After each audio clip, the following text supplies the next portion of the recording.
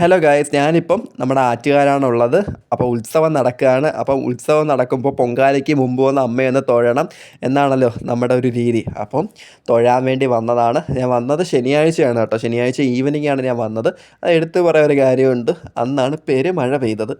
പൊങ്കാലയ്ക്ക് മുമ്പ് ഒരു മഴ പതിവാണ്, പക്ഷേ ഇപ്രാവശ്യം പെയ്തത് വല്ലാത്ത മഴയായിപ്പോയി. ഞാൻ വീട്ടിൽ നിന്ന് ഒരു 5 മണിക്ക് ഇറങ്ങിയതാണ്. എനിക്ക് സാധാരണ ഇവിടെ എത്താൻ ഒരു അരമണിക്കൂറിൻ്റെ സമയം മതി. പക്ഷേ ബസ്സിലാണെങ്കിൽ ഒരു അരമണിക്കൂർ മതി. അല്ലാതെ വേറെ വണ്ടിയിലാണെങ്കിൽ 10 മിനിറ്റ് മതി. പക്ഷേ ഇത് ഒരു 2 മണിക്കൂർ എടുത്തു കേട്ടോ ഇവിടെ എത്താൻ വേണ്ടിയിട്ട്. കാരണം റോഡ് അത്രയും ബ്ലോക്കും വെള്ളവും ഒക്കെ ആയിട്ട്.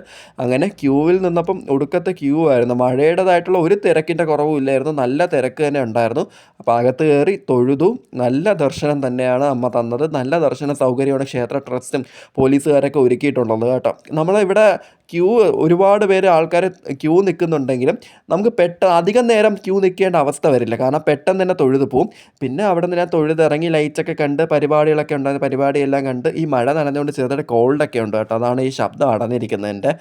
അപ്പം അവിടെ ഈ ചെളിയും വെള്ളമൊക്കെ കിട്ടിയിട്ട് കുറച്ച് പാടായിരുന്നു അങ്ങോട്ടൊക്കെ പോകാൻ വേണ്ടിയിട്ട്. പക്ഷേ ഒരു 8 മണിക്ക് ശേഷമാണ് തിരക്ക് കൂടുന്നത് കേട്ടോ. കാരണം ഈ ഓഫീസിലൊക്കെ പോകുന്നവരൊക്കെ 8 മണിക്ക് ശേഷമാണ് ഈ ലൈറ്റ് കാണാനും തൊഴാനും ഒക്കെ ആയിട്ട് വരുന്നത്.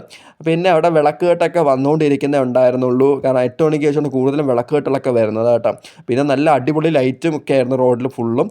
അപ്പോൾ വീഡിയോ ഇഷ്ടമായാൽ ഉറപ്പായിട്ടും വീഡിയോ ലൈക്ക് ചെയ്യാനും ചാനൽ സബ്സ്ക്രൈബ് ചെയ്ത് സപ്പോർട്ട് ചെയ്യാനും മറക്കരുത്. ബൈ.